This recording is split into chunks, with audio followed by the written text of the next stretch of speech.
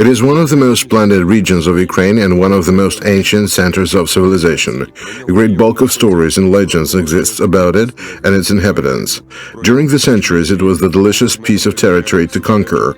The ancient and the modern Crimea is the greatest tale of all tales and the true. The country, the history of the Ukrainian lands. The Crimea, Episode 1.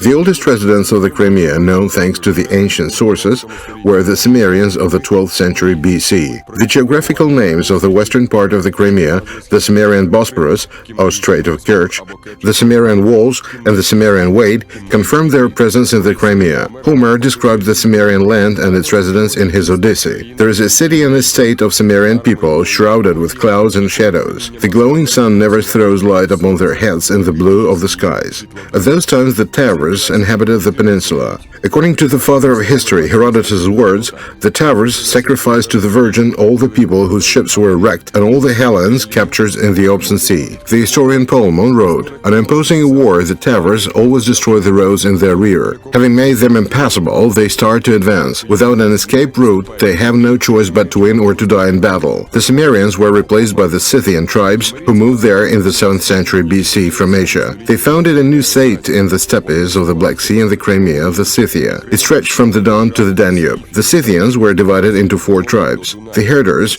lived in the Bug River basin. The farmers resided between the Bug and the Dnieper rivers. In the south of their settlements, the nomads lived. An area between the Dnieper and the Don and the Crimea was a domain of the Tsar Scythians, the most powerful tribe of them all. The ancient sources refer to the Crimea as the Scythia. Herodotus wrote that Scythia looked like a square. It took 20 days to walk each of its sides. In 512, a great army of the Persian king Dari I crossed the Danube to the Scythian lands. Persians had a great advantage, so Scythians applied a scorched earth tactics. Avoiding a battle, they retreated inland, destroying wells and burning grass on their way. On crossing the Dniester in southern Bug, Persian troops left steppes of Tavria and neighboring Asia and reached the Don. But they found no place to settle and returned home.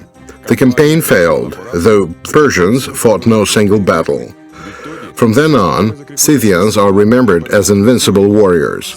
Scythians attacked enemies with relatively small cavalry detachments. They pretended to retreat and lured the enemy into the trap. Archery played a crucial part in the battles. Over time, Scythians mastered the tactics of the horse punch in the middle of the enemy ranks, the methods of exhausting the enemy, and the scorched earth. Detachments of Scythian cavalry could overcome great distances incredibly fast. They ate cattle that followed their army. Noble Scythian warrior was dressed up in chain armor or in scaly shirt with sleeves, sometimes in bronze helmet and kneecaps. They defended themselves with quadrangular shields crafted by Greeks with rounded corners. Scythian cavalry was armed with bronze or iron swords and daggers and short bows and double bend able to hit the enemy from the distance of 120 meters. They were the horrifying enemies. Herodotus told us a legend about the Crimea. While Scythians were fighting in Asia, their wives copulated with their slaves, whom Scythians blinded to prevent them from fleeing. Children born by the Scythian women and the blind slaves dug a wide ditch stretching from the mountains of Tavria to the widest place in the Meothian lake. Offsprings of the blind slaves hid by the lake and attacked the landlords on their way home. Scythians couldn't win the battle, so they took out their scourges. Slaves' children couldn't stand the whiz of the scourges and retreated. In 339 before Christ, Philip II, the father of Alexander the Great, approached the Scythia's borders. The most powerful Scythian king Athay was killed in the battle with Greeks. In 331 BC, the troops of Alexander the Great invaded the Black Sea region. Alexander's governor Zopyrian encircled Olbia. Scythians, being allies of their state, prepared for the defense. Greeks suffered a crushing defeat and were forced to return to Thrace. Scythian state in the Crimea lasted till the second half of the 3rd century AD. They were annihilated by Gothic tribes who appeared in the Crimea exactly at that time, as the Scandinavian sagas tell us. Under the pressure of the Huns in the 4th century AD, Gothic tribes were forced to move to the Crimean mountains and to erect the so-called cave cities by the modern-day Bakhchisarai and Sebastopol. The country, the history of the Ukrainian lands. Inter-TV channel dedicated to the 15th anniversary of Ukraine's independence. The first Greek colonies appeared in the Crimea as a result of the Great Greek colonization, the settling of the residents of continental Greece in the basins of the Black and Mediterranean Sea. The Greek lands fit for development were in limited supply, and the fast population growth made people leave their homeland. The settlements built far from Greece were called colonies. The country, the history of the Ukrainian lands. The Crimea, Episode 2. Long before their colonization, Greek ships sailed to the northern coast of the Black Sea, which was called Pont Exian, that means the inhospitable sea. The Hellenes were afraid of the relatively cold climate and the hostility of residential population, the Tavrs and Scythians. But after the building of the first colonies here and the development of active trade with native residents, the sea was renamed into the Pont Exian, in other words, the hospitable sea. Only experienced sailors could sail the Black Sea. The tonnage of the Greek ships was up to 10,000 of amphorae, the main containers where food was transported. Each amphora had a volume of 20 liters. A typical commercial Greek vessel was 26 meters long and 12 meters wide. The residents of the largest Greek city-state of Malaysia became the first Greek settlers in the Crimea. They were attracted by the coastal territory near the Kerch Channel. At the place of the modern-day Kerch, and the Malaysians built their city Penticapay. The legend has it that the land was granted to the Greek by a Scythian king. The Scythian tribes might have been interested in the development of commercial ties with Greeks, and thus they didn't prevent them from building the colonies. During the 6th century BC, several new Greek cities appeared on the Kerch Peninsula: Tiritaka, Kitay, Kimerik, Bermeki, and so on. Several cities were created at the opposite shore of the Kerch Channel. The ancients believed that the channel separated Europe from Asia. Therefore, the lands beyond the eastern bank were called the Asiatic Bosporus. Fanagari was the biggest city of the Asiatic Bosporus. It was named after the leader of immigrants, Fanagor. The Malaysians founded over 70 settlements on the shore of the Pont Exian. Empuries, the Greek trade centers, first appeared at the Black Sea coast in the 7th century BC. The first of them was Borisfenida, located by the Dnipro estuary on the Isle of Berezan. Then in the first half of the 6th century BC, Olvia appeared in the mouth of the river Southern Bug, or Jipanis. In the mouth of the Dniester, Tiras appeared, while Penticapay and Theodosia were formed on the Kerch Peninsula. Theodosia is the only Crimean city whose ancient name is still used today. Inhabitants of the Bosporus cities began the secondary colonization. They founded numerous Christian settlements on the shores of the channel. In the end of the 6th century, Kerkinitida arose in the western Crimea at the place of modern Yevpatoria. Chersonesus of Tavria was founded in the southern west of the modern-day Sebastopol. At that time, Greek colonies gained the status of polis. Polis was an independent city-state that had its own agricultural lot, the hora. All its free-born citizens took part in decision-making. Every citizen had his own land lot. In case of war, he became a member of militia, the main bulk of polis's armed forces. Greeks lived in houses made of stone. They were separated from the street with a wall. All the structures were inside the courtyard. Rooms and back rooms were illuminated through windows and doors facing the yard. City colonies had their own constitution, laws, and courts. They also minted coins. The country, the history of the Ukrainian lands.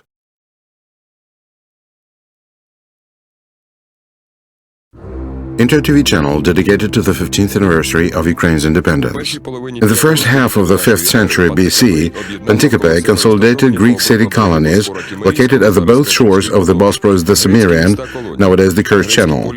Greek policies realized the necessity to integrate for their own sake and for the protection of their economic interests. Therefore, they founded the Bosporus Kingdom. The country, the history of the Ukrainian lands. The Crimea, Episode 3. The Bosporus Kingdom encompassed the entire Kerch Peninsula and Taman up to the Sea of Azov in Kuban. All the main cities of Bosporus were protected by walls 2 to 3 meters wide and 12 meters high, with gates and towers up to 10 meters in diameter. Walls were made of huge rectangular lime blocks, fixed tightly one above another, 1.5 meters long and a half-meter wide. In the 5th century BC, a barrage was built 4 kilometers to the west from Pantikapay. It stretched from the modern village of Arshintsovo to the Sea of Azov. A wide ditch was dug ahead of the barrage. The second barrage was erected 30 kilometers to the west of Pantikapay. It stretched across the entire Kerch Peninsula from Uzunlorian Lake near the Black Sea to the Sea of Azov. It was 20 meters wide on the bottom and 14 meters wide at the top. A wall was 4.5 meters high. The lands of Chersoneses were also protected by 1 kilometer long and 3 meters wide wall with 6 towers. Large shipyards were situated in Pantikapay. The kingdom had a navy that consisted of narrow, long and swift ship trieras. They had 3 rows of oars on each side and a high-capacity battering ram at the rostrum. The trieras were usually 36 meters long and 6 meters wide. It submerged for about 1 meter. The crew of such a ship consisted of about 200 people, rowers, sailors, and a small group of marines. Boarding battles were rare then. Trieras rammed the hostile ships at full speed and sank them. Greek ships could speed up to 5 knots and even to 8 knots under the sail, that is approximately 15 kilometers an hour. The kingdom mostly lived on trading with Greece. Athens satisfied half of their need in bread, 1 million pounds, as well as in timber, furs and leather, thanks to the Bosporus kingdom. The most prominent politician of the ancient Crimea was the king of the Pont, Mithridat, the 6th Yevpator, 120-63 BC. His powerful state was a threat even to the almighty Roman Empire. Having inherited a small kingdom from his father, he extended it for some time, even weakened the Roman rule in the eastern provinces of the empire. It was a vigorous and talented man of great physical abilities. Mithridat communicated with the best representatives of the Hellenic culture, spoke more than 22 languages, and wrote works in natural history. In 107 BC, the king of Bosporus, Perizad, abdicated to let Mithridat come to the throne. On taking control over the Bosporus kingdom, the king of Pont strengthened his positions. Chersonesus and Bosporus supplied him with bread and money. The northeastern barbarians, including the Scythian tribes, served in his army.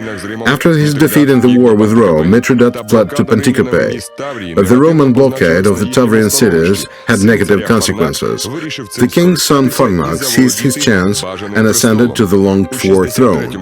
In 63 BC, abandoned by everyone in his palace in Pantikapay, Mithridat ordered his slave to thrust him with a sword.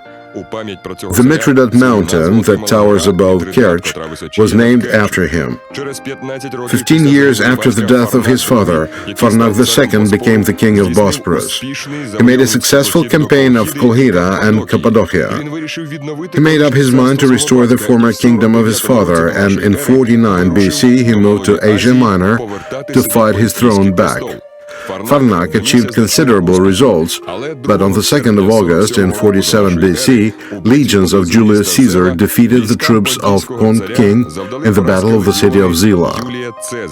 Caesar wrote his famous words, Veni, Vidi, Vici, I came, I saw, and I conquered, in his message to the Senate just after his victory over Farnak. Farnak resigned himself to Rome. He was allowed to return to the Crimean lands, where he was killed by the local tribe leader Asandr in the internal war.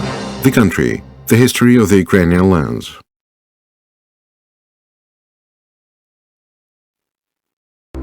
Inter TV channel dedicated to the 15th anniversary of Ukraine's independence. At the turn of the 4th and the 5th century AD, the Roman Empire was divided into the Western and Eastern Byzantium.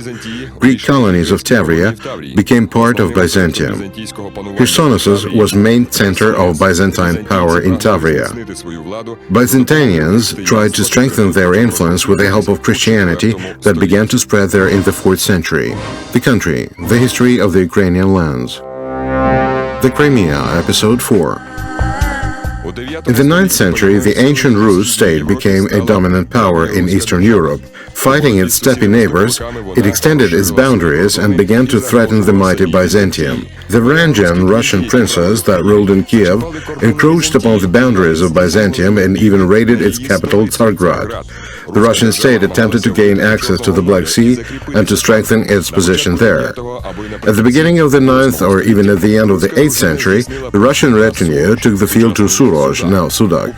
According to some sources, first Russian settlements appeared by Asia and eastern Tavria in the 9th century. Later they turned into the princedom of Tmutarakan. In 965-966, the Kievan Prince Sviatoslav defeated Khazars and seized some of their cities.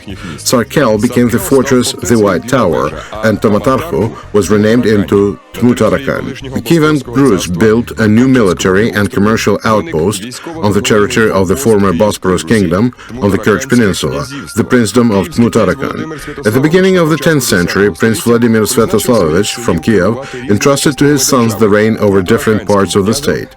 His son Mstislav became the prince of Tmutarakan. Despite frequent raids to Byzantium, neither before 988 nor ever after, though it was much closer, much accessible, much less populated and worse fortified than Constantinople.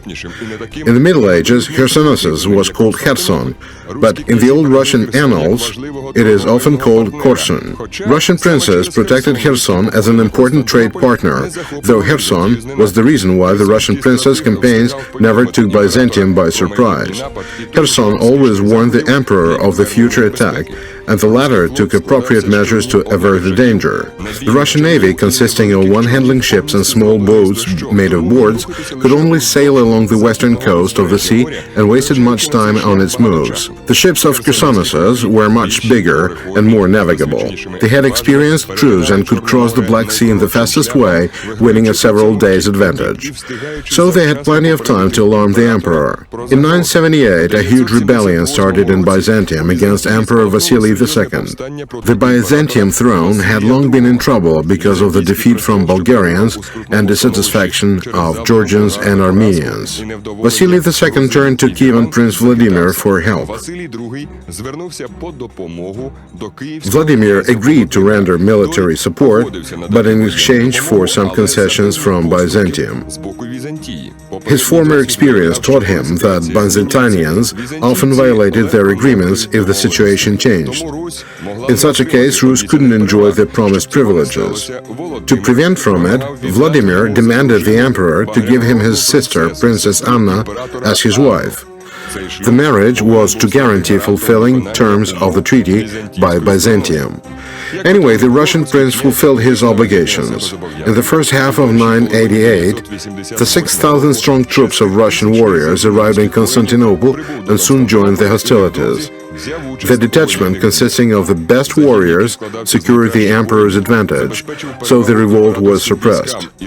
On strengthening his positions, Vasily II violated his obligations. Vladimir took a resolute step. He committed a blow to Chersonesus. The country, the history of the Ukrainian lands.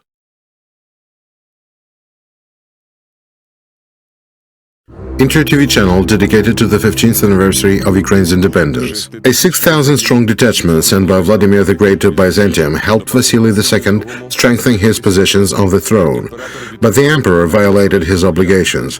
Vladimir took a resolute step. He committed a blow on Chersonesus. The country, the history of the Ukrainian lands. The Crimea, Episode 5.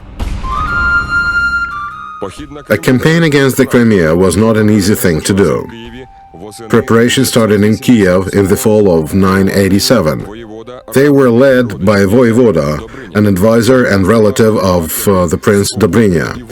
There were two routes to the peninsula, a land route and the sea route. The first one winded across the Black Sea steppes and promised unbearable heat, lack of water and food. It was also a dangerous route because of the Pechenegs, belligerent tribes of steppe nomads that inhabited the north of the Black Sea region. The sea route went along the Dnipro down to the sea. Russians opted for that one. Having overcome numerous obstacles, the Russian Prince's navy reached Korsun and entered the bay. On landing to the southern coast, the Russians pulled almost all their ships to the dry land and used the rest to block the Byzantine fortress from the seaside. Korsun residents shut themselves up in the city, hoping to sit the siege out behind the solid walls and a wide trench. Vladimir explored the approaches to Korsun and ordered his soldiers to prepare for a storm. Deafeningly beating his drums, the battle horns, Russians started to advance towards the city. Warriors with naked swords went ahead, followed by archers that fired at the fortress walls. But the storm failed. Korsun's residents managed to fight off. At night, when the moon's crescent appeared in the sky, Russians left their camp to collect bodies of their perished war mates and to burn them. Pagans believed that a man reached the beyond faster if he had a woman by his side. Therefore, Russians faggoted several Greek women caught in one of the villages together with the deceased. Byzantine captives were sacrificed to Perun by drowning them along with the sacrificial cocks. But the second attempt of the storm didn't succeed either. The city was besieged. That's when the unexpected happened. An arrow from the fortress landed in the Russian camp. A piece of parchment with a note was attached to it. Beyond your camps to the east, there are wells that provide water to Korsuns through the underground pipes. You may take them off. The legend has it that the prince looked at the note, then at the sky and swore, "If it comes true, I will baptize myself." The prince ordered all the soldiers to dig where it was indicated. Their efforts were not in vain. They found the pipe and destroyed it. The tale of the bygone years tells us that the residents of Korsun opened their gates themselves when the thirst became unbearable. The historians believe that the siege of Korsun lasted for 9 months. Russians seized the city, but the prince didn't hurry to baptize, though he often talked about the Orthodox faith with his new friend from Korsun, priest Anastas. It turned out that it was he who sent the arrow with a note. The chronicle tells us that after the seizure of Byzantine fortress, Vladimir sent his ambassadors to Tsargrad. They told the emperor that their prince was waiting for Princess Anna to marry her. Kievan prince planned to marry the emperor's sister, regardless of the fact that he had already been married. According to the chronicle, Vladimir had 5 wives and about 800 concubines. Vladimir threatened Vasily II with a campaign against Tsargrad if he refused to stick to his obligations. While Vladimir waited for his bride, his eyesight started to deteriorate. Anna was afraid of the pagan prince and was preparing to educate the barbarians. When Anna arrived in Kiev, her bridegroom was already blind. Being a good Christian, Anna pleaded Vladimir to baptize immediately. It was Easter of 987 when the bishop of Chersonesus laid his arms on Prince's head in the church of Saint Apostle Jacob and said, "Now Prince Vasily is being baptized." He was named so after the name of the Byzantine emperor and his godfather. At that moment, the blind regained his sight. When leaving Chersonesus, Vladimir took some relics of the saint and some church objects like icons, crosses and cups. He also sent to Kiev several objects of art, including a bronze quadriga from the ancient times. There were over a dozen of big churches in Chersonesus. Each had several dozen or even 100 of icons. In total, the city boasted over 1,000 icons. Those 1,000 of icons became the golden fund of the Russian church that was founded shortly afterwards. The icons decorated the most important cathedrals of the big cities of ancient Rus, including the Satynya Church and the Uspensky Cathedral of Kiev-Pechersk-Lavra in Kiev and St. Sophia Cathedral in Novgorod. The country, the history of the Ukrainian lands.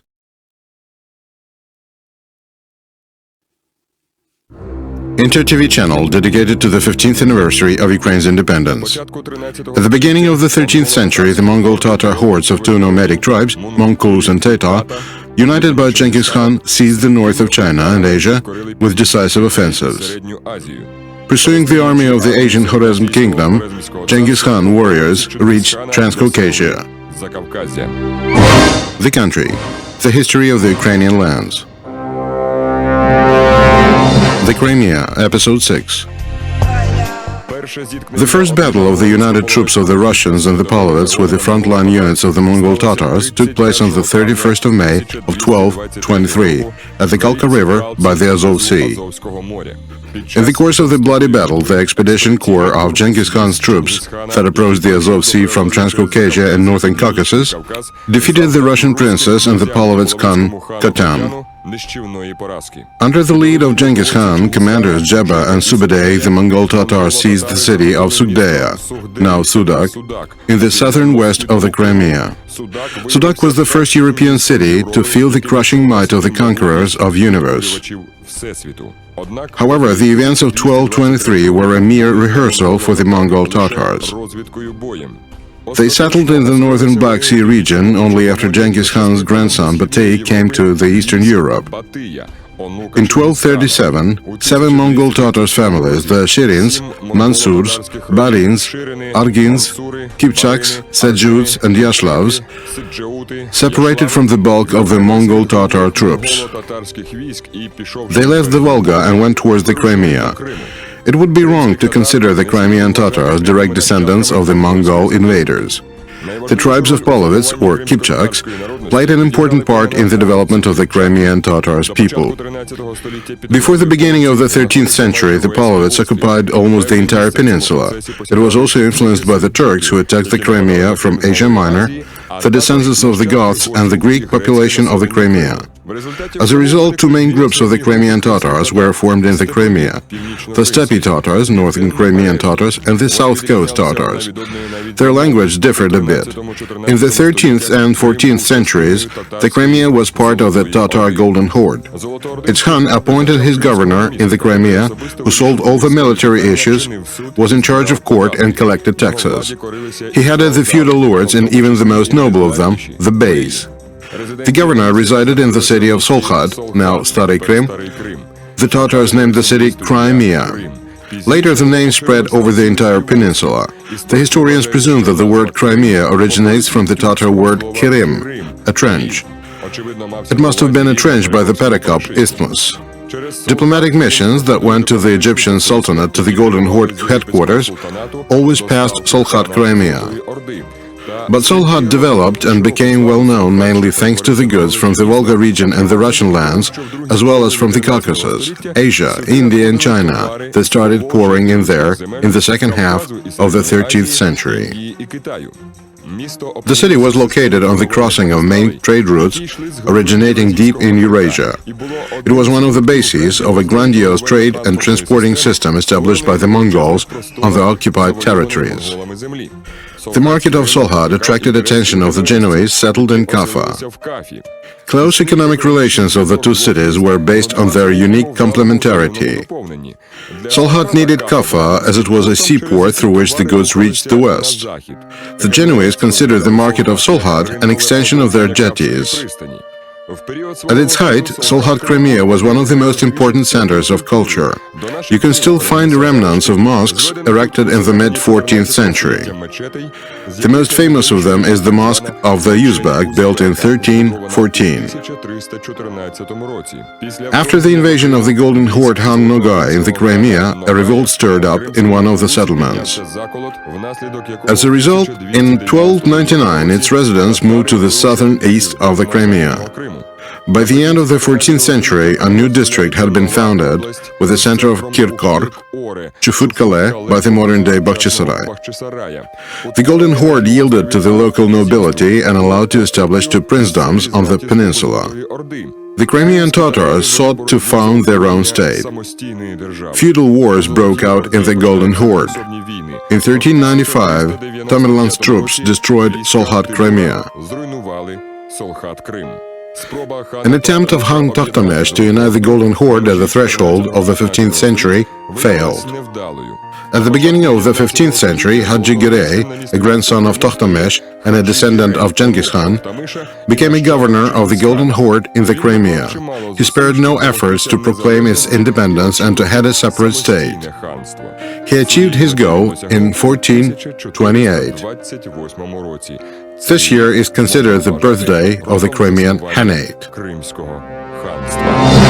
The country, the history of the Ukrainian lands.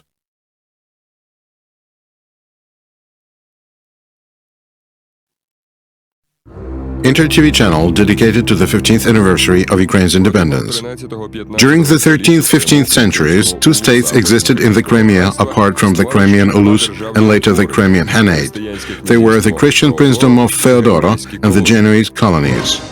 The country, the history of the Ukrainian lands. The Crimea, Episode 7.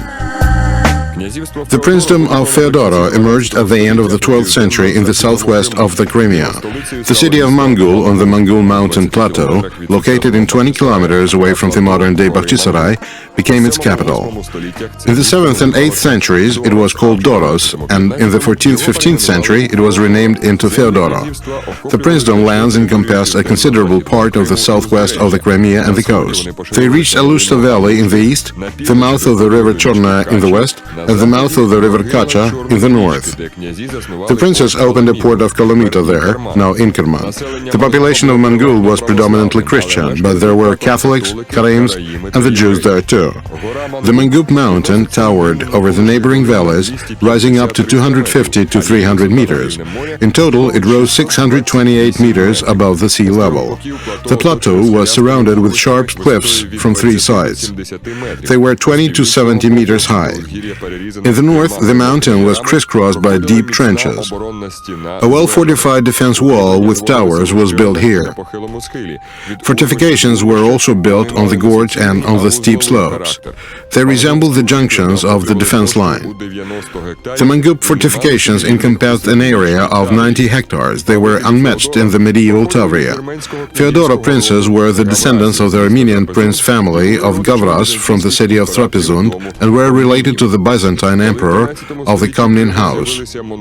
When the Mongol Tatars appeared in the Crimea in the 13th century, Feodora leaders managed to retain their independence. In the mid-14th century, they erected new fortifications, built the Prince's Palace and big basilicas of St. Constantine and St. Helen, and fortified the citadel. In 1380, the Crimean Khan Tokhtamesh concluded an agreement with the Genoese. They got the southern coast from Chembalo, now Balaklava, to Soldaya, now Sudak. That zone was called the Kingdom of Gothia and was a reason for constant conflicts between the Genoese Kaffa, modern-day Feodosia, and the princedom of Feodora. In the 15th century, the population of the princedom reached 200,000 people. It was a considerable state at those times. Feodora was an ally of its northern neighbors, the Tatars. It joined them in the war against the Genoese and took part in distant campaigns to Lithuania, for instance. The Mangup princedom played an important part in the international life of the region. Documents of Isaac's rule era describe the expansion of Feodora's ties with other countries. In 1472, the Mangup princess Maria, a daughter of Ulubey, married the Moldovan ruler Stefan III. In 1474, the Grand Prince of Moscow, Ivan III, negotiated the marriage of his son to a daughter of Feodora's prince. The princedom of Feodora reached its height under the rule of Prince Alexei, 1420-1456. Alexei fought the Genoese and at the same time played an intricate diplomatic game with the Crimean Khans. He struggled to strengthen his princedom that was open to attacks of the Ottoman Empire. In the summer of 1475, the Turks, supported by the Tatars, landed on the Crimean coast and encircled Kaffa and other coastal fortresses. Then they went to Mangup. The attackers were armed with firing weapons and cannons with granite shells weighing up to 100 kilograms each. The siege lasted for a year and a half. The Turks and the Tatars stormed it 5 times. But unique landscape and fortifications did their job. The invaders managed to seize the city only due to the war ruse. The Turks imitated their retreat and lured the defenders out of their fortress. The city was looted. Almost all its residents were slaughtered. Prince Alexander and other men of the prince family died in captivity in Constantinople. only Alexander's little son was spared. He was brought up by the Turks and retained his honorary title of the Mangup Prince.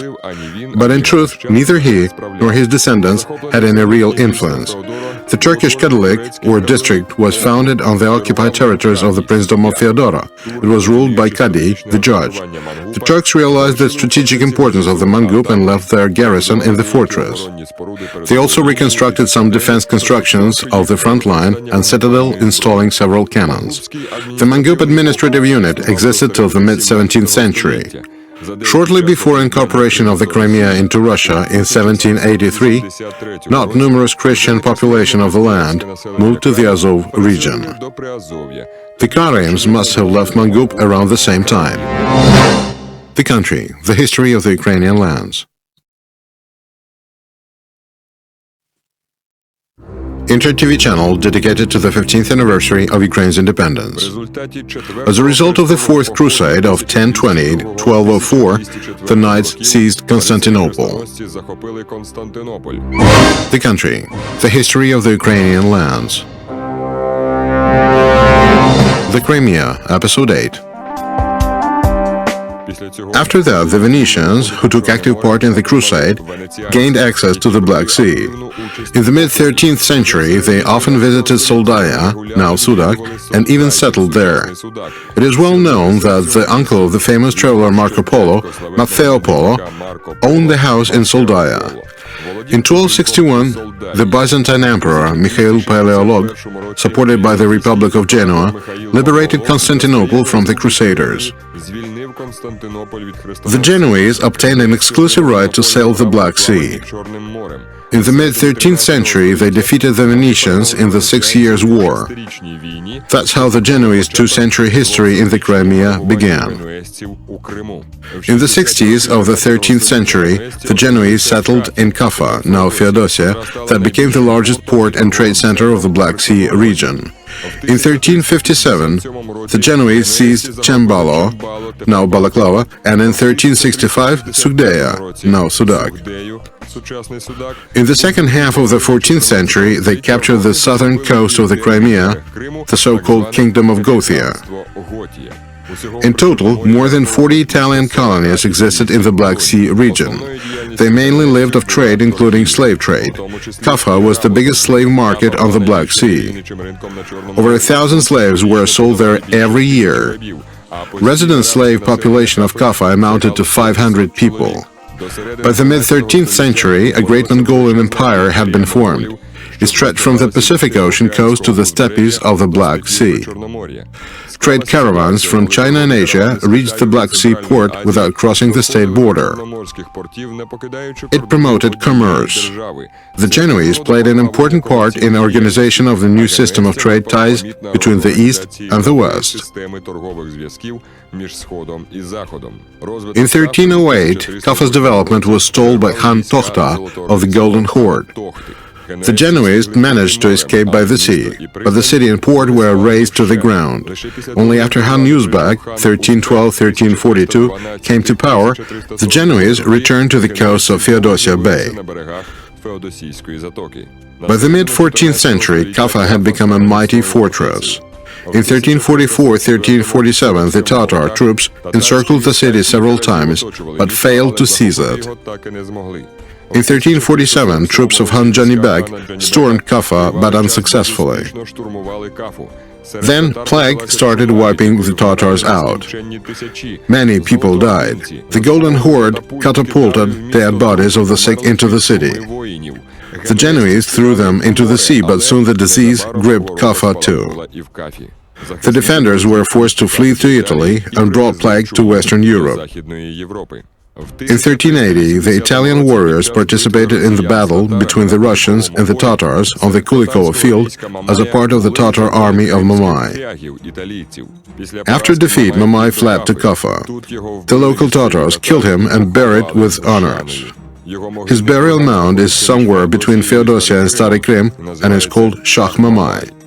In the 15th century, the Golden Horde weakened and started falling apart. The Genoese didn't submit to the Tatars anymore. The fast-rising princedom of Feodora became their next worry. The struggle between Genoa and Feodora for Gothia lasted the entire first half of the 15th century. Hadji Girey took the side of Feodora. The biggest military battle between the enemies took place in 1433-1434. In 1434, the Genoese authorities prepared a fleet of 10 galleys and 11 smaller vessels with 6,000 soldiers headed by Commander Carlo Lomellino. In June, the Genoese ships approached Cembalo. After a short battle where artillery was used for the first time in the Crimean history, the Genoese took control over the fortress. Then they went to the only port of Fedorites, Calamita, and burned it. Lomellino returned to Kaffa, where his troops increased to 8,000 men. Then he went towards Solhad. But the Tatar cavalry of Hadji Girey attacked the Genoese near the city. After a short battle, the Genoese were defeated. The remnants of the mission managed to return to Kaffa. Soon another mortal enemy threatened the colony. In 1453, the Ottoman Turks seized Constantinople. The Byzantine Empire ceased to exist. The Turks took control over the sea route that connected the Genoese colonies on the Black Sea with the metropolis. The Genoese Republic was faced with the threat to lose its all Black Sea territories. In June of 1454, the Turkish military ships appeared at Kaffa's sea line. The Turks looted several settlements on the Crimean and the Caucasian coasts and imposed annual tribute on Kaffa. The common threat made the Genoese conclude the peace treaty with the Princedom of Feodora in 1471. But on the 31st of May of 1475, the Turkish squadron approached Kaffa again. The siege lasted from the 1st to the 6th of June. The Genoese capitulated when their Black Sea capital still had resources to fight. Some researchers think that the city authorities believed the Turks' promises to spare their lives and property. In any case, the largest Genoese colony was an easy prey for Turkey. The new city authorities robbed the Genoese and deported them to Constantinople by sea.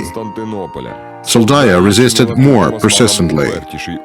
When Turks entered the city, its defenders hid in a church and died in fire. The country, the history of the Ukrainian lands.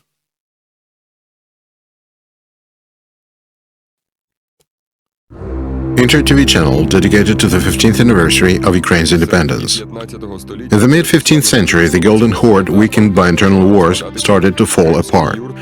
The Crimean Yurt became an independent Khanate. It was founded by Hadji Girey I after a long struggle with the Golden Horde. He was the first of the famed Girey dynasty that had been ruling the Crimea for over 300 years. The country, the history of the Ukrainian lands. The Crimea, Episode 9. Apart from the Crimean Peninsula, the Crimean Khanate included the lands by the Dnipro and the Azov Sea. In times of the second Crimean Khan, Manga Girey, 1466-1515, the capital of the Crimean Khanate, Bakhchisarai, was founded. Khan Adil Sahib Girey moved his residence there in the mid-16th century and built a palace. The name Bakhchisarai means a palace in a garden. 44 Khans in total tried their hands in ruling the Crimean Peninsula. After liberation from the Golden Horde in 1468, the Khanate became a vassal of the Ottoman Turkey. Seeing his chance in the struggle for power between the sons of Hadji Girey, the Turkish Sultan attacked the Crimea. The peninsula was encircled by a row of the Turkish fortresses Inkerman, Gezlev, now Eupatoria, Perikop, Arabat, and Inikale. Kaffa was renamed into Kaffa and became the residence of the Sultan's governor in the Crimea. The Turkish sultans appointed and dismissed the Crimean Khans. The Crimea was forced to provide troops for the Ottomans' invasions. At the same time, the Khanate retained its state autonomy, and the Khans even carried out independent policy sometimes. After the Turks seized Constantinople and the Genoese territories, the Crimea lost its significance in trade between Western Europe and the countries of the East. The Crimean feudal lords improved their hard economic situation by making beshbash, looting raids during which they stole property and captives. There were many slaves in Khanate. They were people without any rights that could be sold and bought. The slaves were the living tribute to the Crimean Khan imposed on the neighboring lands, and also people taken prisoner in the course of the raids. The slave trade, introduced by Mengli Girey, turned into business. The Crimea became the largest international slave market. The demand for slaves was high, especially in Turkey. Men worked as craftsmen and in the fields, or galleys, and girls and women flooded harems. Since the 15th century, Zaporozhye Sich had become a serious obstacle on the way to the Ukrainian, Moscow, and Polish lands. The Cossacks settled on lands by the Dnipro, emptied by the Mongol Tatars. They not only shielded the lands from their raids, but raided the Crimean Peninsula and the Anatolian coast themselves. They often liberated their compatriots from the Turkish and Tatar captivity. The history of relations between Zaporizhia and the Crimean Khanate was long and difficult.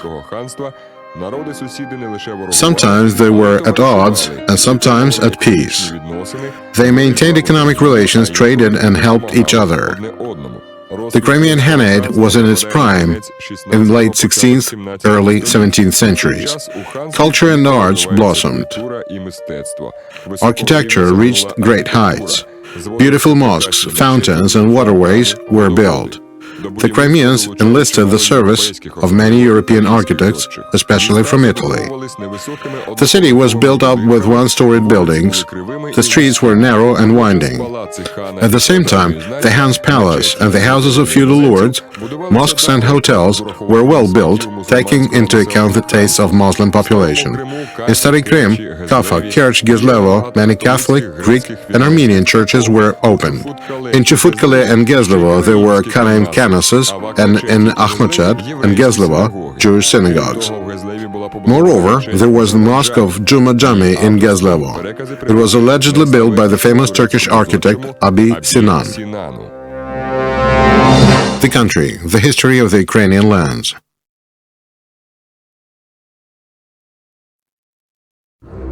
Inter-TV channel dedicated to the 15th anniversary of Ukraine's independence. The fortress of Perekop was the gateway to the Crimea and the main Turkish outpost on the peninsula. Cities fortresses Arabat and Kerch defended the Crimea. Gezlevo and Kaffa were its trading ports. The country, the history of the Ukrainian lands. The Crimea, Episode 10. The Crimea was Turkey's vassal. Therefore, the Sultan appointed and dismissed its Khans. No Khan was sure in the next day, as he could lose all of the powers and even life any minute. Most officials took and resigned from their posts on the Crimean Bey's slander and demands. The Bey struggled for independence and prevented from the rise of this or that Khan. In the mid-18th century, due to frequent changes of rulers, there were 200 Gireys who could claim the Khan's throne. Khan's power was limited not only by the Sultan, but also by the nobility, the Beys. All of them wanted to be Khan's advisors. The family of Girey got a right to be Khans, but the Beys refused to consider their powers hereditary and unlimited. There were the small and the big councils that played a great part in the life of the state. The small council, or the small divan, consisted of a close circle of the nobility. The council solved pressing issues that were to be considered immediately. The big council was a meeting of all the people. Murzas and representatives of the white population took part in it. The highest posts were usually occupied by the sons and brothers of Khan or other noble people. Kalga Sultan was the first official after the Khan. It was usually Khan's heir or his trusted person. Kalga ruled the country in case of Khan's death until the appointment of a new ruler. He also acted as a commander-in-chief if Khan didn't take it to the field. The second post of Nur ad-Din was also taken by a member of Khan's family. He presided over the local courts and led small military forces during campaigns. Mufti headed the Muslim Council of the Crimea, interpreted laws, and dismissed the judges if they failed to solve the cases fairly. Kaymakam acted for the Han when the latter was away. The post was usually taken by members of the Han's family or the Shirin kin. Kaymakam protected the borders and watched over Nogai's hordes outside the Crimea. The posts of Kadi, Vizier and other ministries were the same as in Turkey. There was also a woman's post, Vali de Sultan, that was given to the Han's mother or sister. That post came next to the Kalga Sultan and was quite significant. Through the 15th to the 18th centuries, conflicts and wars raged without a break. The Tatars threatened Russia, Poland, Ukraine and Lithuania. The Turks and the Tatars raided towns and cities of Ukraine. They were attracted by the rich estates of magnates and merchants, as well as storehouses full of goods and food. From 1450 to 1586, the Tatars raided the Ukrainian lands 84 times, and from 1600 to 1647, another 70.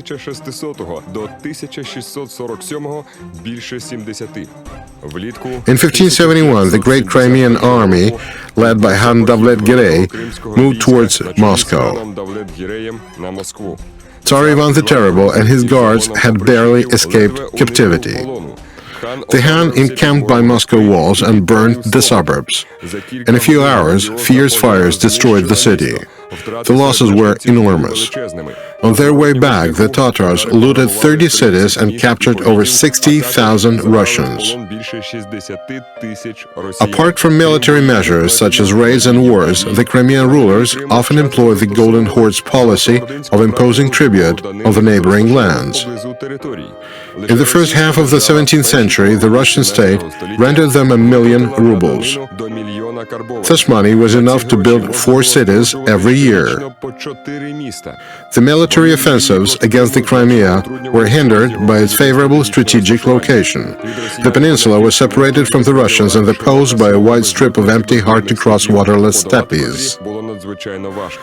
The only way into the Crimea was the well-fortified Perikop. Besides, there were mighty Turkish fortresses in the mouths of rivers that flowed into the Black Sea. They protected the approaches to the sea and the peninsula. Commanders realized all the difficulties of a large-scale military campaign against the Crimea and contented themselves with defense measures. They built barrages, formed the Cossack army in the 16th century, etc. That's why Russia's struggle with the Crimean Khanate in Turkey lasted from the fall of Mongol Tatar yoke in 1480 to the end of the 18th century. After incorporation of the Crimea into Russia in 1783, all the Muslim population of the peninsula was collectively called the Tatars. In the 80s of the 18th century, there were about 500,000 Crimean Tatars there. The country, the history of the Ukrainian lands.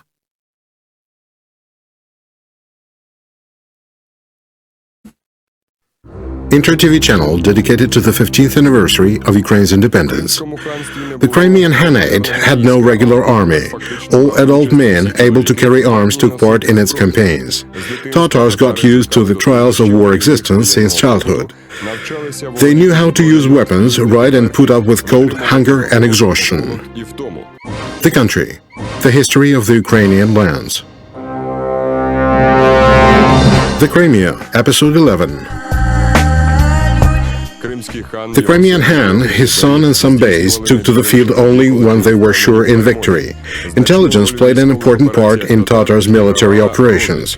Secret agents usually went ahead. In the course of offensives, they served as the army's guides. Tatars knew 2 types of campaigns. One of them was a battle when Tatars fought for one of the sides. The second, Beshbash, a looting raid. The latter were mostly carried out by Beys with small detachments. They wanted to rob as much as they could and capture as many prisoners as possible. They take to the field in the winter. Before the campaign, commanders check on the troops. Tatars time their campaigns so that to return before ice melts on rivers. Tatars don't shoe their horses, and so they don't want them to damage their hooves, Guillaume de Beauplan wrote. According According to his data, if it was a looting raid, Tatars stopped in several miles to the border, hid and rested. In 3 or 4 days, they formed an army, dividing it into 3 detachments. 2/3 made up the main corps, and the last one formed 2 wings, left and right. Each wing consisted of 8 to 10,000 cavalry and was divided into 10 to 12 detachments, 500 or 600 people each. Having robbed a lot, Tatars avoided pursuit by taking another route back to the Crimea. Tatars never took a lot of things with them, hoping for rich loot. They paid great attention to the horses, though. They had horses of a special breed, low, very enduring and undemanding. Count de Marsilly wrote, "Taking to the field, each Tatar takes 2 or 4 horses. If one of them gets tired, he jumps on the second one. The first horse then runs after his master like a dog. They train the horses from birth. Approaching a river, Tatars tie reins and tails of their horses and stand on them. They tie their bows made with wood and ropes to the horses' backs to prevent them from taking the water and wearing out.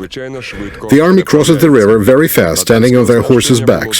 Tatar equipment was relatively simple. They used light saddles and covered the horses with horse clothes and sometimes with sheep hides. They used rawhide straps instead of proper reins. They were armed with a sable, a knife, a bow and a quiver with 20 arrows. They also had a firestone to strike fire, an awl, and 5 or 6 sazhen of rope for tying the captives. They had very undemanding garments, too. Only noble warriors wore chainmails. The rest took to the field in sheepskin coats and fur hats.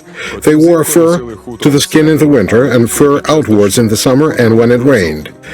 Tatars were undemanding in eating. They ate bread and horse meat. They took a piece of meat, placed it under the saddle, and waited. The meat stewed and became soft. Then it was willingly eaten. Barley and buckwheat porridges were a staple of their diet. At the beginning of an offensive, Tatars always tried to outflank the left wing of the enemy so that it was easier to fire. Sometimes they imitated fleeing but stopped and joined the ranks again. In this way, they defeated the bewildered enemy. Tatars took up in open hostilities only if they had significant numerical superiority over the enemy. They only fought in fields and avoided besieging fortresses, for they had no special equipment. While taking some allies' side, Tatars often violated their agreements and took to the enemy's side seduced by rich presents. Today, it's impossible to determine the size of the Tatar army, for data differ considerably. Thus, the military and political leader of the Princedom of Lithuania, Mikhail Litvin, wrote in his tractate on the customs of Tatars, Lithuanians, and Muscovites. The Han might send to war 30,000 cavalry, for every man able to ride is considered a warrior. These data are not final. The numbers vary in different sources from 4,000 to 200,000 people.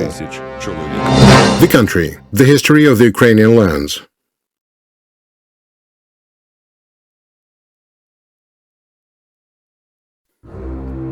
Inter-TV channel dedicated to the 15th anniversary of Ukraine's independence. During several centuries, the Ukrainian lands were repeatedly invaded by Crimean Tatars. It all started in 1482 when Mengli-Gray destroyed Kiev. Tatars then took many people prisoners. Each farmer had to take a rifle and a sable to the field for self-defense. To live there meant to wage a war.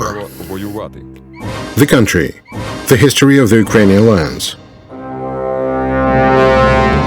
The Crimea, Episode 12. At the end of the 15th, the beginning of the 16th century, first Cossack settlements appeared in Ukraine. Gradually, they won the steppes back from the Tatars. In the 40s of the 16th century, Zaporizhzhia Sich emerged. It played a decisive part in Ukraine's defense from Tatars. In the 16th century, the Cossacks started to attack Tatars and Turks themselves. In 1523, 1527, 1528, and 1545, Cossacks fought against Chakov. In the autumn of 1575, they took to a massive field to the Crimea. They were led by Hetman Bogdan Ruzhinsky. Cossacks landed in Gezlevo and Kaffa and liberated many captives. After that, Cossacks crossed the sea and seized Trapezund and Sinop, Turkish cities on the southern bank of the Black Sea, and looted the suburbs of Istanbul. In 1606, Hetman Konoshevich Sahedachny created quite a commotion in the Crimea. He and his Cossacks landed by Kaffa and seized it. Cossacks burned the Turkish ships in the harbor, killed 14,000 people of Turkish garrison, and freed about 7,000 captives. They even meddled with the internal problems of the Crimean Khanate. When the Khan tried to get rid of the Turkish rule, Hetman Mikhailo Doroshenko and his 4,000 Cossacks rendered him assistance. Hetman defeated the Turkish governor's troops by Bakhchisaray and encircled Kaffa. But under the pressure of the mighty Turkish army, he was forced to leave the peninsula. The Cossacks emptied the suburbs of Gezlevo, Karasu Bazar, and even Bakhchisaray. In the course of their campaign, they freed up to 7,000 captives. In 1648, Bogdan Khmelnytsky came to Bakhchisaray with his son Timofey. Speaking in the Tatar language, he asked the Khan for help in his struggle with the Poles. He promised him an alliance and friendship of the Cossacks and to seize raids on the territories of the Khanate and Turkey. Islam Giray promised to render support and assistance to Ukrainians. They concluded a treaty.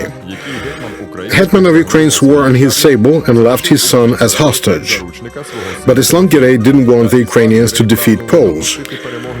He was afraid to have a strong Ukrainian state at his door. In August of 1649, Islam Giray prevented Khmelnytsky from crushing the Polish troops led by Jan Kazimierz. In the decisive moment of the battle, the Khan made the Cossacks stop their offensive and conclude peace treaty with the Poles. Disappointed by the Khan's hypocrisy, Hetman decided to seek help and support in Turkey. In 1650, a Cossack colonel came there. He asked the Sultan to take the Hetman under his patronage and prohibit the Tatars from emptying Ukrainian lands. Istanbul was happy to establish its protectorate in Ukraine. Osman Aga went to Chigirin. On the 30th of July of 1650, he solemnly handed over to Khmelnytsky the Sultan's decree. According to it, Hetman was proclaimed the great prince of Ukraine and given the symbols of the prince power: a club, a flag with a crescent, and a sable. After that, the messenger from Istanbul went to Bakhchisaray. He informed the Khan of the Sultan's order to render assistance to Ukrainians in their war with the Poles. But Islam Giray, who allegedly supported Hetman, prevented his victory in another decisive battle with Poles by Berestechko. On the 20th of June of 1651, when Cossacks started to press the enemy, the Khan called Khmelnytsky off the battlefield and left his army without the leader. After that, Khmelnytsky renounced the Turkish protectorate and started seeking new allies. He found them in Moscow. But Russian diplomats wouldn't allow for establishment of a strong Ukrainian state either. Hetman had to agree to divide Ukraine. Its left bank became part of Moscow state and the right bank of Poland. Islam Giray was quite happy. He organized a huge feast in Bakhchisaray in honor of his younger son's circumcision. But the feast ended in tragedy. Islam Giray suddenly died. According to some data, the Khan was poisoned by a beautiful Ukrainian girl whom he caught during his raid and took into his harem. She did it to revenge upon Islam Giray for violation of his obligations before Bogdan Khmelnytsky. In 1700, a Treaty of Constantinople between Russia and the Ottoman Porta divided their lands with a wide strip of steppes. It also cancelled the hereditary rights of the Crimea in the steppes and to impose tribute on its residents. From being the Ottoman Empire's vassal, the Crimean Khanate became a state of no importance. It lost its independence almost completely and had to adhere to the international agreements concluded by Turkey. Ukrainian lands benefited greatly. Constant raids stopped. In the 18th century, the Tatars raided Ukraine only in times of the Russian-Turkish wars. Those raids were part of their hostilities. Tatars did no more harm to the Cossacks. On the contrary, active trade developed between the Sich and the Crimea.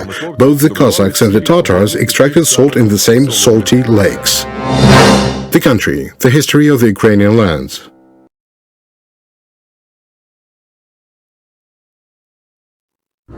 inter-TV channel dedicated to the 15th anniversary of Ukraine's independence. At the end of the 17th century, Russia made repeated attempts to take control over the peninsula to gain access to the Crimea and the Black Sea.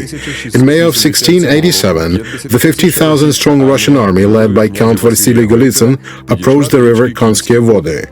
The country, the history of the Ukrainian lands. The Crimea, Episode 13. 50,000-strong Cossack army of Hetman Ivan Samoilovich joined Golitsyn. Turks couldn't help the Crimean Khanate, for they were in war with Austria, Poland and Venice. But Golitsyn's troops were in trouble anyway. They lacked fresh water, food for people and for horses. The Crimeans burned the steppes from Konsky Vody to Perekop. Russian forces suffered considerable losses and were forced to retreat. The second campaign started in February of 1689. 112,000 of Russians and Ukrainians, led by Vasily Golitsyn, faced 250,000-strong Han's army. After the May battle, Tatars retreated beyond the fortifications of Perekop. Negotiations started. Selim Girey was rather incomplying. Heat diseases, lack of water and food made Golitsyn's army retreat. In 1736, during the Russian-Turkish War, Russian troops headed by General Field Marshal Burkhard Minich stormed Perekop and rushed into the Crimea. The Crimean Han and his ill-armed troops couldn't withstand an onslaught of the regular army and hid in the mountains. Russians burned Bakhchisarai. They destroyed the Han's palace. Its grandeur proved impossible to restore. The epidemic that spread among Russians and lack of water and food made Minich leave the Crimea. Wanting to revenge for that campaign, the Han raided Ukraine for 50 days.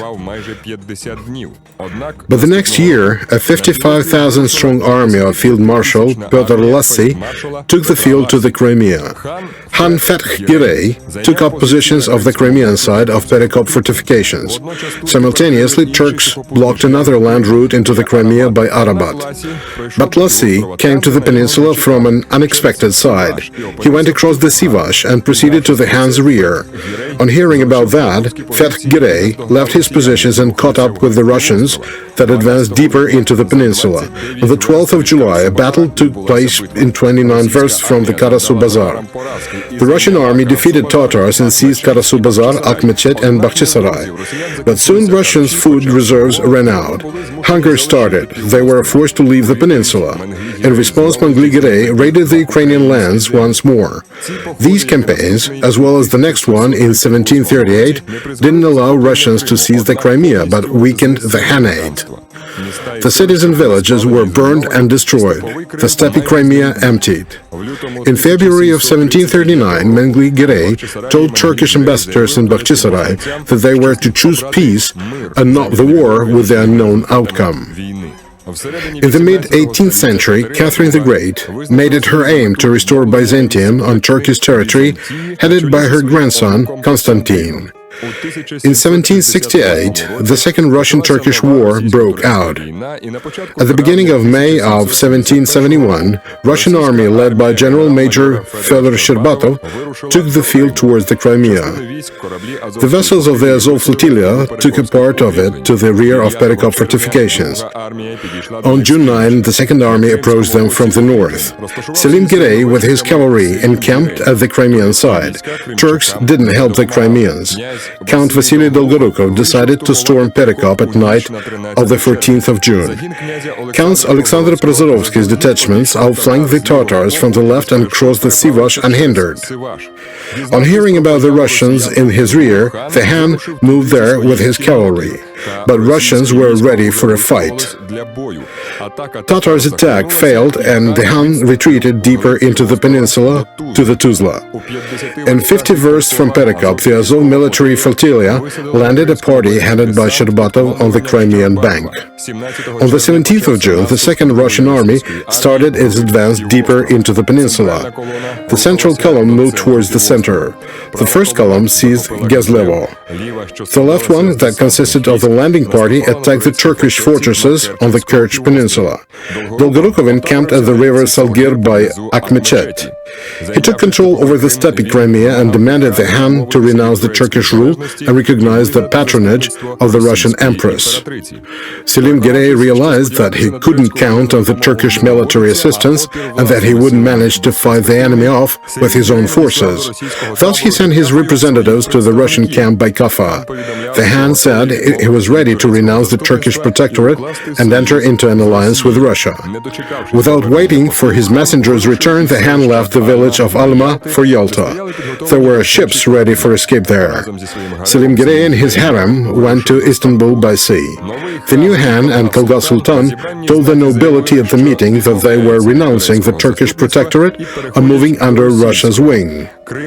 The Crimea was proclaimed an independent state. It entered into alliance with the Russian Empire. The country, the history of the Ukrainian lands.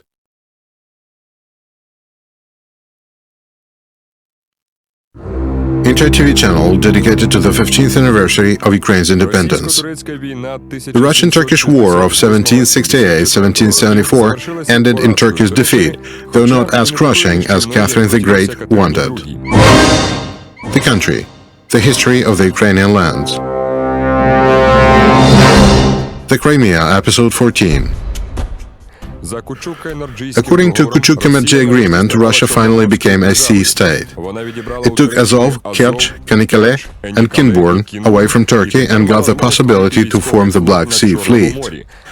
The Russian trade ships got a right to cross Bosporus and the Dardanelles freely. The third article of the agreement stated,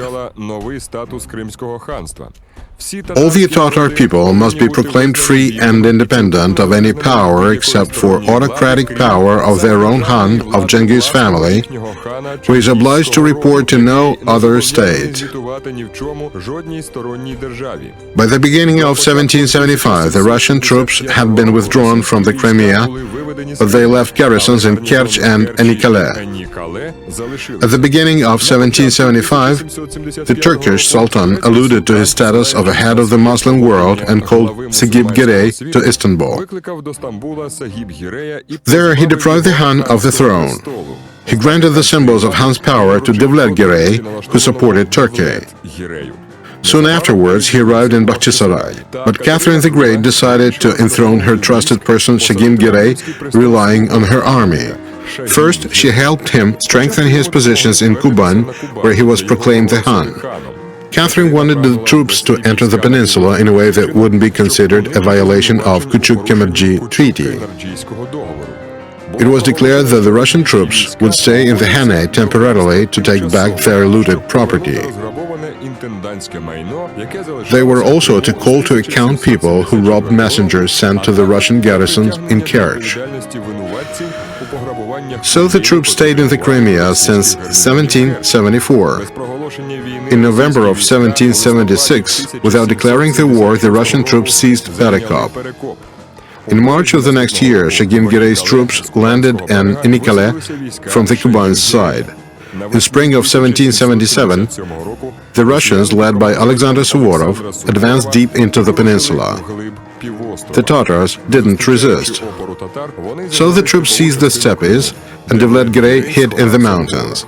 On the 29th of March of 1777, the Divan decided to dethrone Devlet Girey and proclaim Shagim Girey the Han. Devlet Girey fled to Istanbul, and Shagim Girey made the palace in Bakhchisaray his home. Realizing that he wouldn't be able to keep his post without the Russians, the Han turned to Russia with an official request to leave their troops in the Crimea. After that, the Russian army occupied the entire peninsula on legal grounds. The new ruler tried to westernize the Hanate, but his subjects disapproved of his attempts. Shagim Girey established a new administration granting high wages for his officials. At the same time, he needed money and so shut his eyes to speculating and bribes. The taxes grew. Bakhchisaray was becoming too provincial for the Han, and he started building a new palace in Kaffa. He tried to raise a regular army based on recruiting. He formed 2 cavalry and 1 infantry regiments. The Han trained his army in the Western manner, but treated the recruits cruelly and violently. As a result of it, the Han's troops revolted. In October of 1777, an uprising against Shagin-Giray and the Russians gripped the Crimea. Then Field Marshal Peter Rumyantsov-Zadunoyski brought additional forces to the peninsula and suppressed the upheaval in February of 1778. Shagin-Giray returned to Bakhchisarai. In March of 1778, Alexander Suvorov was appointed commander of the Russian troops in the Khanate. On the 9th of April of 1783, Catherine the Great issued a manifesto. According to it, the Crimean Peninsula, the Taman Island, and the entire Kuban are now part of the Russian state. Shagin-Giray was granted a pension and settled in Kaluga. In some time he went to Turkey. He was executed on Rhodos Island on Sultan's order. The Crimean Khanate ceased to exist. The peninsula was incorporated into Tavria region, founded in February of 1784. The Crimea was emptied and its cities deserted. Dozens of thousands of Tatars emigrated to Turkey. The emptied lands were populated by serfs and escapees from other Russia's regions. Retired soldiers became one of the first Crimean settlers. They were followed by Greek and Bulgarians from Turkey and later by the Germans and other colonists. The new city of Simferopol became the capital of the Crimean district. It was founded in 1784 in place of the Tatar settlement of Akhmechet.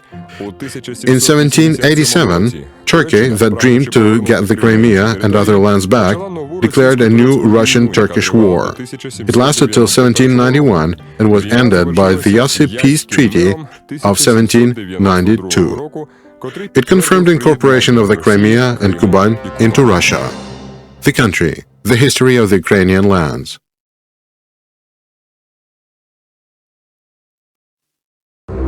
Inter-TV channel dedicated to the 15th anniversary of Ukraine's independence. In 1787, Russian Empress Catherine the Great made her famous trip to the Crimea.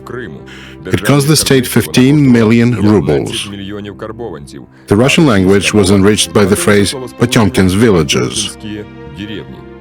The country, the history of the Ukrainian lands. The Crimea, Episode 15. On the 13th of October of 1784, Grigory Potemkin issued a decree on preparation of certain number of horses at all the stations, on places where dinner tables will be put up in the course of the trip, on palaces that must be built according to the sent plans, on apartments in the cities for the empress' entourage, etc. A detailed plan of Her Imperial Majesty's trip was worked out in Kiev. It stipulated the following itinerary across the Crimea: the Stone Bridge, a dinner; Perekop 5 Wells, an overnight stay; Bakhchisarai, an overnight stay; Sevastopol, an overnight stay and dinner; Simferopol, dinner; Karasu Bazar, an overnight stay; Sudak, dinner; Stary Krim, an overnight stay; Feodosia, dinner and an overnight stay. In January of 1787, Catherine the Great and her splendid entourage left the Tsarskaya Selo. She was accompanied by the English, French and Austrian ambassadors. The Austrian Emperor Joseph II joined her in Kiev. He was traveling incognito under the name of Count Funkelstein. In the course of the trip, the party used about 10,000 horses, 500 simultaneously, over 5,000 coachmen and over 10,000 saddles. Specially built roads, palaces glittered with crystalware and gold-plated furniture and interiors. Giant basements with ice boxes were full of various foods. The cities, villages, estates and poor houses were decorated with flowers and painted by the best Russian artists. 14 carriages, 124 saddles and 40 reserve carriages drove the party to Kiev. 50 to 80 galleys sailed the Dnipro from Kanyev. It attracted people who were given new clothes and gold.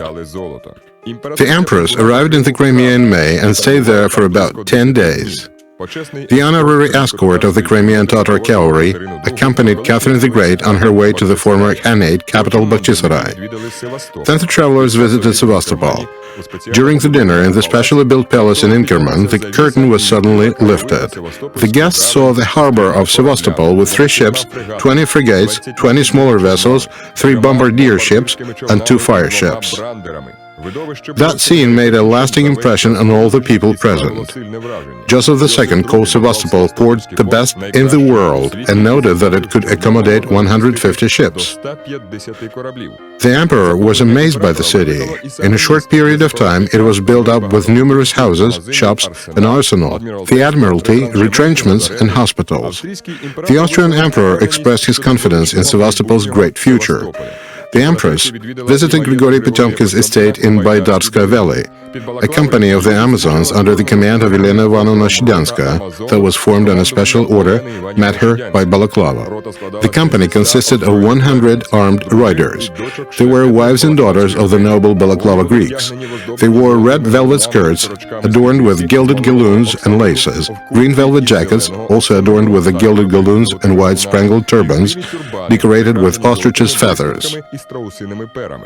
On the 26th of May, field officers of Seversky Regiment met Catherine the Great in 5 versts from Simferopol.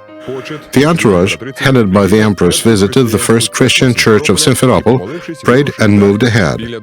Potemkin, Marshals Borotensky and Kakhovsky, as well as officials of the local administration, met Catherine the Great by the road palace. In a splendid palace in Karasu Bazar, Potemkin entertained the Empress with a fountain, waterfall and evening salute of 300 fireworks. There, Catherine the Great awarded 14 officials of Tavria region. It's hard to overestimate economic, political, and diplomatic significance of that trip. In 1803, Count Ségur published a book in Paris where he wrote that the West must know of the sources of wealth and might of Russia. The goal of the trip was to supervise Potemkin's actions in the Crimea. But it turned out into a triumph of his, the triumph of Catherine and Russia in Europe's eyes on a whole, as well as a demonstration of its force for the Ottoman Empire and its allies. It had to raise a great fear of its enemies. The country, the history of the Ukrainian lands.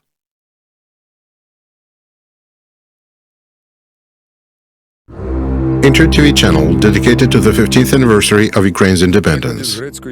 In Greek, Sevastopol means a city of glory, the brightest great city, and a city to worship. The country, the history of the Ukrainian lands. The Crimea, Episode 16. The coast near Sevastopol is truly unique. Nowhere in the Crimea could so many comfortable non-freezing bays be found. There are 23 of them on the Heracles Peninsula and in Sevastopol. Narrow, winding coastlines of the longest Sevastopol bay stretch for over 8 kilometers deep into the peninsula. Rocky capes form natural citadels. The brave and experienced sailors of Heracles, one of the city-states of the ancient Hellas, couldn't ignore the combination of these favorable factors. In the last quarter of the 5th century BC, the descendants of Heracles founded a city there and named it Chersonesus. In time, the city failed to withstand the onslaught of the Sarmats and became a part of the Punchal kingdom. In the 1st century BC, the kingdom resigned itself to Rome. Chersonesus became the northern outpost of the Roman Empire. The great migration of people, the invasions of the Goths and the Alans, and then the Huns that destroyed Chersonesus, and most importantly, steady decline of Rome resulted in great changes. In the 4th century, the Byzantine replaced the Romans and renamed the city into Kherson. In the 6th century, Justinian I fortified the fortress and founded the famous defense system on the inner side of the Crimean mountains. It was a mighty fortification system that survived to our days as the so-called cave cities. In 988, Kievan Prince Vladimir stormed Chersonesus and swore to baptize Rus. A new name appeared in the Russian documents, Korsun. In the 13th century, Byzantium lost control over the Crimea. It yielded its monopoly to trade with the great steppes to the Genoese. In 1299, during an internal war, the troops of Nogai laid Chersonesus waste with fire and sword. The next 3 centuries of the city's history are connected with the self-destruction of the horde and the establishment of the Crimean Khanate. The Muslim Crimean Khanate became Turkey's vassal. The Crimean Peninsula turned into an important base station in Turkey's struggle against Western Europe and Russia. In 1783, after numerous wars between Russia and Turkey, the Crimea was incorporated into Russia. The famous Russian commander Alexander Suvorov was one of the first to appreciate the military and strategic significance of the Akhtiyar Bay. He started erecting a row of fortifications there that later grew into Sevastopol. For some time, the new settlement of the bank of Sevastopol Bay had been called Akhtiyar after the small Tatar settlement of Akhyar in Sukharnaya Balka area. Akhyar or Akhtiyar means White Gorge in Tatar. The modern-day name of the city was first recorded in the decree issued on the 10th of February of 1784 by Catherine the Great to Grigory Potyomkin to establish a big fortress of Sevastopol where Akhtiyar now stands. On the 2nd of May of 1783, a squadron of the Azov flotilla of 5 frigates and 8 ships under the command of Vice Admiral Fyodor Klokachev sailed into Akhtiyar Bay.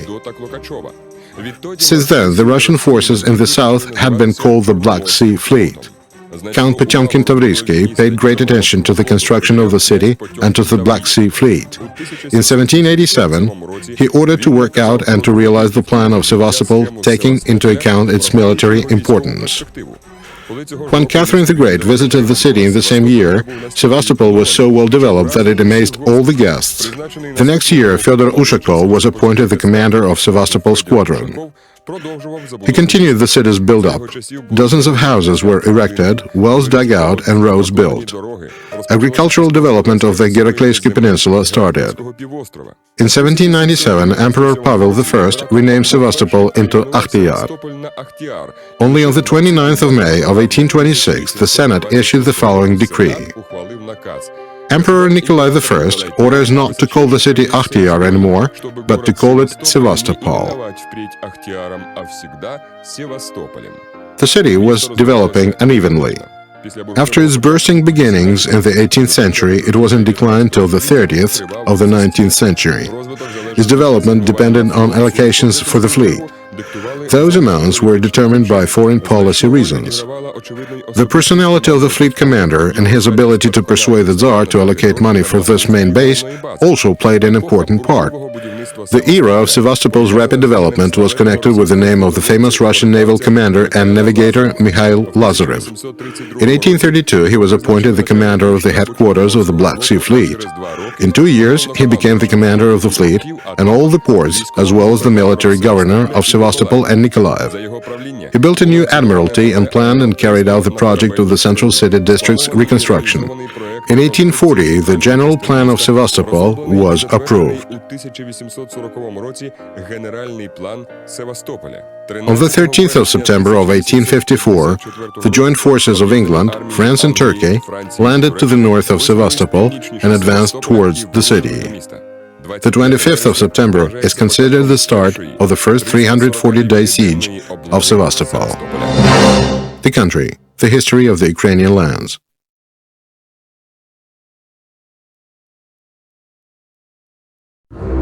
Inter-TV channel dedicated to the 15th anniversary of Ukraine's independence. In the mid-19th century, the growing Russia's might and its aspiration to gain access to the Mediterranean Sea turned the Crimea into a battlefield again. Turkey, England and France that constantly fought for the control over the Black Sea joined forces against Russia.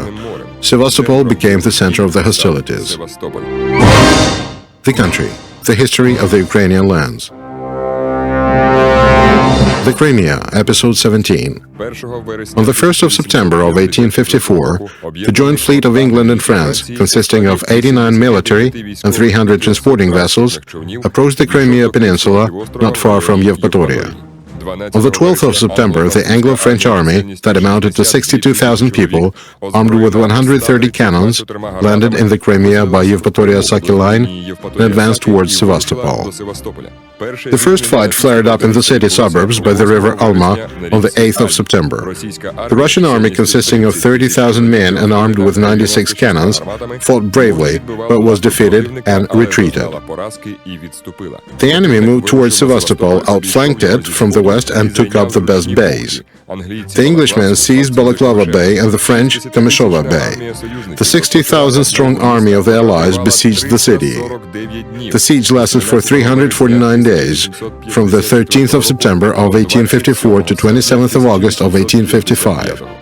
Being the main base of the Black Sea Fleet, Sevastopol was well fortified from the sea, but it had no land fortifications.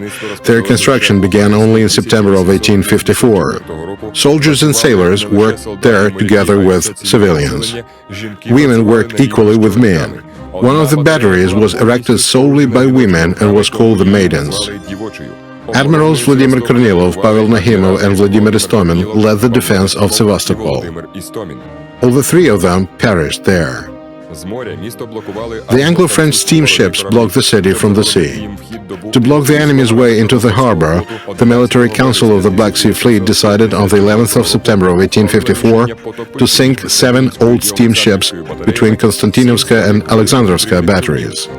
On the 13th of February of 1855, 5 more ships were sunk in between the Mikhailovska and Nikolaevska batteries.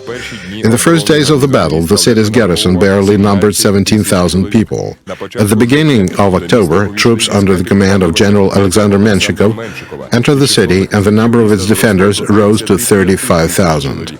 At that time, 67,000-strong army of the Allies quartered by Sevastopol, among them 41,000 French, 20,000 English, and 6,000 Turks. In a short period of time, the residents of Sevastopol formed a fortification system 8 kilometers long. It protected the south of the city and accommodated 8 bastions, redoubts, demilunes, and lodgements. By the 16th of October, 20 batteries had been built. The artillery armament was doubled, as well as the quantity of land cannons. It increased to 341 cannons. The land was protected mainly by sea artillery serviced by marine cannoneers. The enemy didn't dare to storm the city and besieged it. During the siege, the city was bombed 6 times. For instance, during the first day of bombardment alone, the English and the French fired over 60,000 shells. The losses suffered by the Russians sometimes reached 2,500 to 3,000 people a day. It's hard to count how many attacks had been fought off by the city defenders. The ships of the French squadron carried 794 cannons on one board.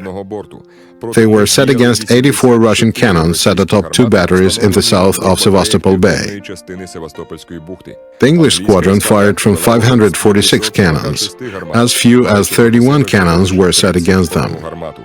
Thus, the joint fleet used 1,340 cannons versus 115 cannons the Russians had at their disposals. The rest of the Russian batteries couldn't join in the fight, for their shells could only reach the ships in the harbor. The outstanding doctor, scientist, and the founder of the military field surgery, Nikolai Pirogov, took part in Sevastopol's defense.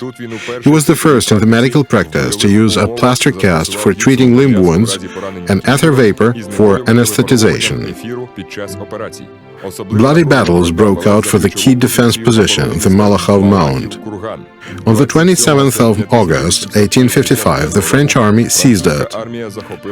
It made the Russian troops leave the southern side of Sevastopol the next day. They blew up all the fortifications, batteries, and powder depots and moved to the northern side of Sevastopol Bay by the bridge of boats. Then they pulled the boats to the northern side. Sevastopol Bay divided the enemies exhausted by lasting siege and fierce battles. The hostilities practically stopped. On the 18th of March of 1856, a peace treaty was signed in Paris. It prohibited Russia from having military fleet on the Black Sea and from building fortifications and military sea bases. 20-year period of Sevastopol's decline started. Note: the siege of Sevastopol lasted for 349 days. According to the data of Eduard Totleben, who was in charge of engineering works during the siege, the enemy fired 1,360,000 artillery shells at Sevastopol. The bay was cleaned out of the sunken ships only 10 years later. Sevastopol lay in ruins. It lost its strategic significance. The restoration was long and painful. The country, the history of the Ukrainian lands.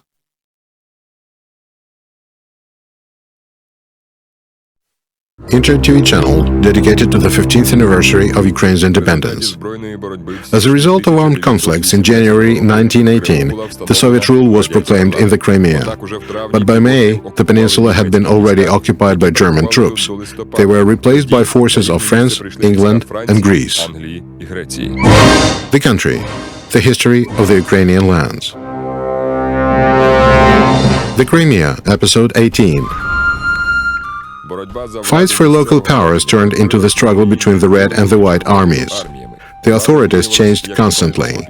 Tavrian Central Committee, the Soviet Socialist Republic of Tavrida, land government of General Surkevich, the government of Socialist Revolutionaries under the lead of Solomon Krim, the Crimean Soviet Republic, General Wrangel's administration, the Crimean Revolutionary Committee, the Crimea had them all.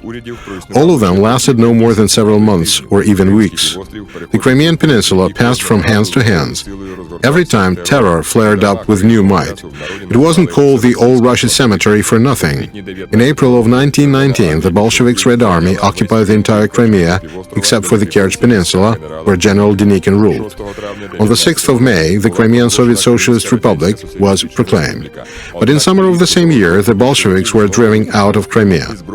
The armed forces of Russia, renamed into the Russian Army, were led by Baron General Pyotr Wrangel. He realized that one province couldn't fight against 49. General knew that he would have to evacuate from the Crimea and was preparing for that. Nevertheless, after the outbreak of the Russian-Polish War, the reorganized White Army left the Crimea and by the end of June occupied the north of Tavria. Wrangel's main goal was to capture the harvest of grain to provide for his army. His troops defeated the Soviet forces and crossed the Dnipro. In the spring of 1920, Mikhail Frunze became the commander of the Red Army's southern front. He was joined by Makhno's men. Frunze wanted to encircle the Whites in the north of Tavria and to prevent them from retreating to the Crimea to their well-fortified positions. But in the course of the battle, of the end of October and the beginning of November, the Whites managed to break through the First Cavalry Army ranks and retreat beyond the isthmus. The Whites lost half of their troops of former Red Army soldiers and newly drafted peasants who were taken prisoners. On the 1st of November of 1920, the army amounted to 41,000 bayonets and sables.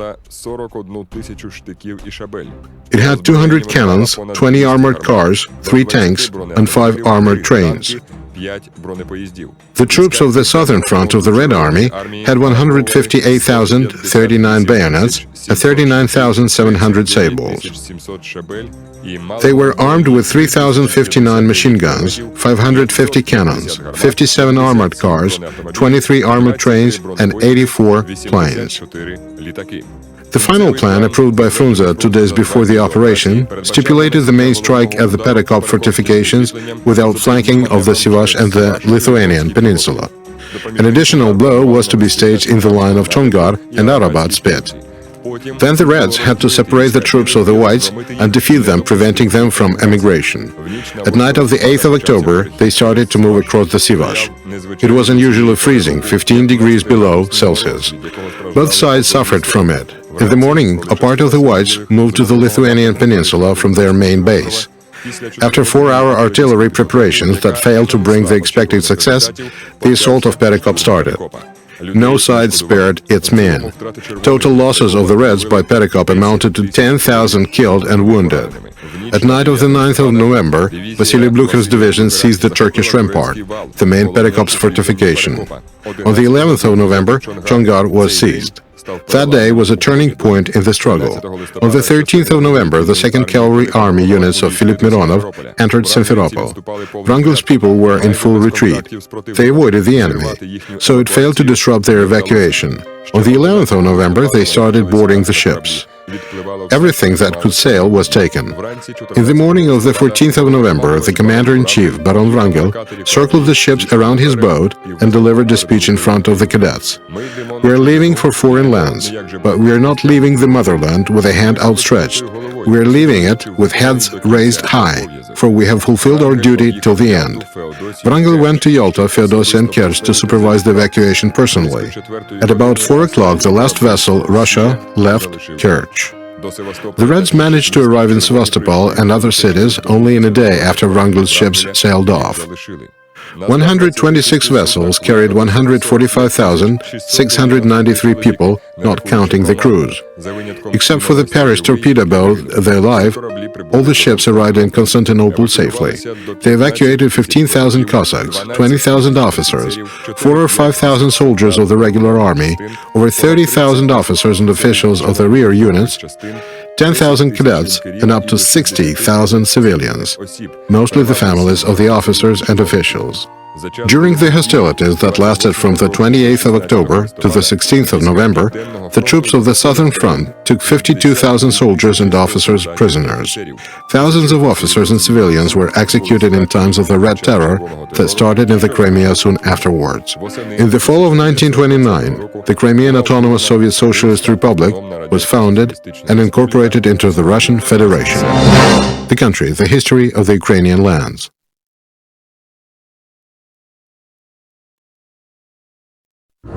Inter-TV channel dedicated to the 15th anniversary of Ukraine's independence. After mid-October of 1941, fascist German aviation started daily air raids into Kerch. In these hard conditions, 30,000 people managed to evacuate from the city.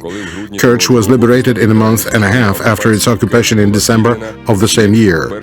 Then the world heard about the Hitlerites' crimes. One of them concerned the Bagerovsky ditch by Kerch, full of bodies of 7,000 people killed, poisoned and tortured. The country, the history of the Ukrainian lands. The Crimea, episode 19. The city was in ruins. Writer Peter Pavlenko later recalled, "When I saw Stalingrad, it didn't startle me, for I had already seen Kerch." On the 20th of May of 1942, German troops seized the Kerch Peninsula for the second time. General Manstein used his advantage in aviation. In May of 1942, he broke up through the Crimean front and encircled two Soviet armies. It exacerbated the situation in Kerch and Sevastopol. After a 250-day defense operation, Soviet troops left Sevastopol and evacuated from the Kerch Peninsula to Taman. In May, one of the greatest tragedies of the Great Patriotic War took place on the shores of the Kerch Channel. Many thousands of people, wounded soldiers and commanders recovering from battles and locals with their families, flocked at the narrow coastal strip, dying from the enemy shells and bombs. The sea was so close. The Caucasus lands were seen at the horizon to the east. They promised safety.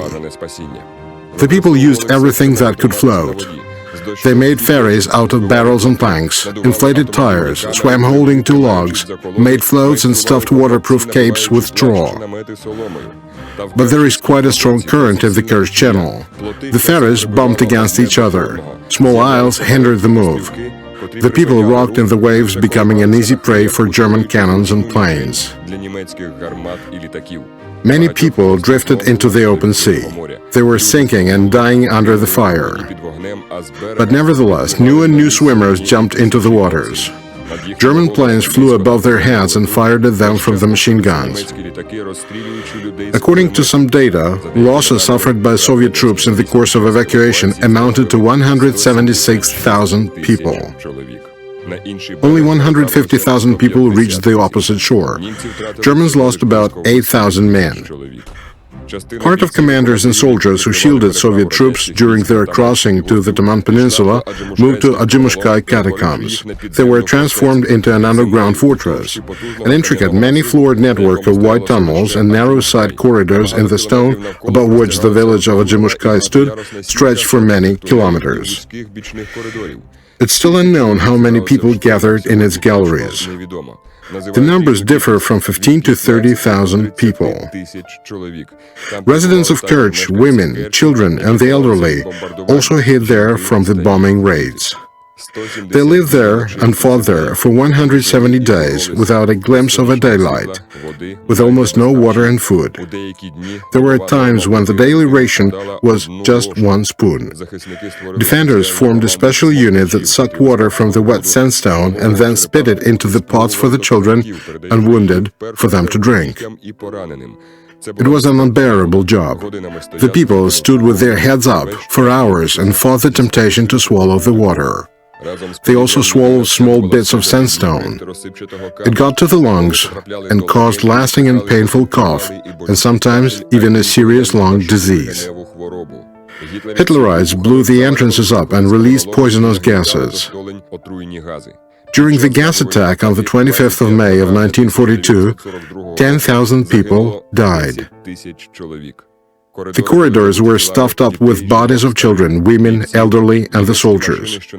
Germans turned off their gas machines only at night. When the air cleaned up, a few out of those who survived lit torches. They were astounded by what they saw. All the tunnels and the corridors were covered with thousands of bodies. Some people suffocated, some were trampled, and some killed themselves. Thousands of people rushed to the surface and were taken prisoners. The catacombs emptied. Ajimushkai guerrilla held up from May till October of 1942. Many of them were buried in the catacombs. When the Nazis assaulted them for the last time, only a handful of exhausted soldiers put up a fight. The heroism of Ajimushkai partisans was one of the reasons why Kerch was awarded with the title of a hero city in 1973. At the beginning of November of 1943, Soviet troops approached the Kerch Channel again. They landed a party to the northeast of Kerch by the village of Eltegen and seized the beachhead. On the 10th of April of 1944, the troops of the separate army, under the command of General Andrei Yeremenko, went into offensive and liberated Kerch in one day. The country, the history of the Ukrainian lands. Inter-TV channel dedicated to the 15th anniversary of Ukraine's independence. On the 13th of April of 1944, the People's Commissariat of Internal Affairs and the People's Commissariat of State Security issued a common regulation on purging the Crimean Autonomous Soviet Socialist Republic of anti-Soviet elements. The country, the history of the Ukrainian lands. The Crimea, Episode 20. 23,000 soldiers of special units and 9,000 policemen were assigned to that task. On the 11th of May, the State Defense Committee, headed by Stalin, issued an order to forcibly deport 228,000 people from the peninsula, among them over 180,000 of Tatars.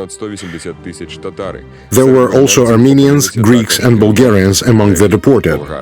The defeats of the Crimea defense that resulted in almost complete Crimea's occupation by Germans in the fall of 1941, the defeats of the guerrilla forces and the renewal of suspicions towards foreigners among Russians favored the myth of cooperation of Crimean Tatars with Germans. Because of Stalin's repressions and Hitlerite propaganda, Tatars did form self-defense detachments and units of People's Police of 200 to 350 soldiers.